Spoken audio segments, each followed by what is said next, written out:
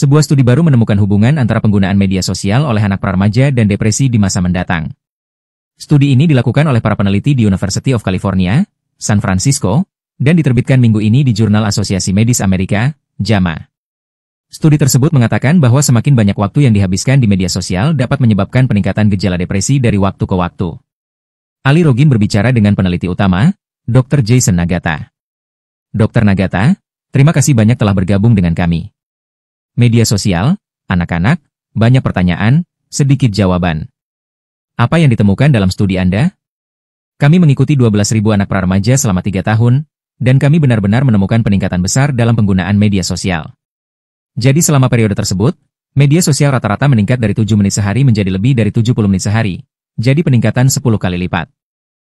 Dan dalam analisis kami benar-benar menemukan bahwa peningkatan penggunaan media sosial dari tahun ke tahun di antara anak-anak berusia 9, kemudian 10, kemudian 11 tahun sebenarnya dikaitkan dengan gejala depresi di masa mendatang pada tahun berikutnya. Jadi, menurut saya, ada semacam ketidakpastian besar di bidang ini saat ini, ayam atau telur, apakah media sosial mendahului depresi atau mungkin hanya refleksi dari gejala yang mendasarinya?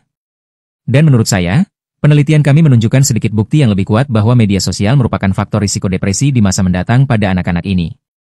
Jadi, yang Anda katakan adalah Anda menemukan korelasi di sini adalah penggunaan media sosial yang menyebabkan gejala depresi yang lebih parah, bukan sebaliknya. Anda mengatakan bahwa depresi tidak selalu menunjukkan penggunaan media sosial. Ya, dalam penelitian kami dapat mengikuti 12.000 anak yang sama ini dari tahun ke tahun. Jadi kami dapat melihat depresi dan penggunaan media sosial mereka setiap tahun. Jadi kami dapat melihat pola dalam penggunaan mereka. Dan kami menemukan bahwa anak-anak yang mengalami lonjakan besar dalam penggunaan media sosial mereka dari tahun ke tahun, kemudian mengalami lonjakan lebih besar dalam depresi mereka. Namun, anak-anak yang memulai dengan peningkatan depresi tidak selalu lebih banyak menggunakan media sosial. Ini menunjukkan sedikit lebih banyak arah bahwa media sosial dapat menjadi faktor risiko depresi di masa mendatang. Dan ceritakan kepada kami tentang ukuran dan cakupan penelitian ini. Ini terdengar sangat besar. Bagaimana Anda melacak banyak anak ini dan apakah itu pernah dilakukan sebelumnya? Jadi ya, datanya berasal dari studi perkembangan kognitif otak remaja. Ini adalah studi nasional yang mengikuti 12.000 anak ini dari lebih dari 21 lokasi penelitian berbeda di seluruh AS.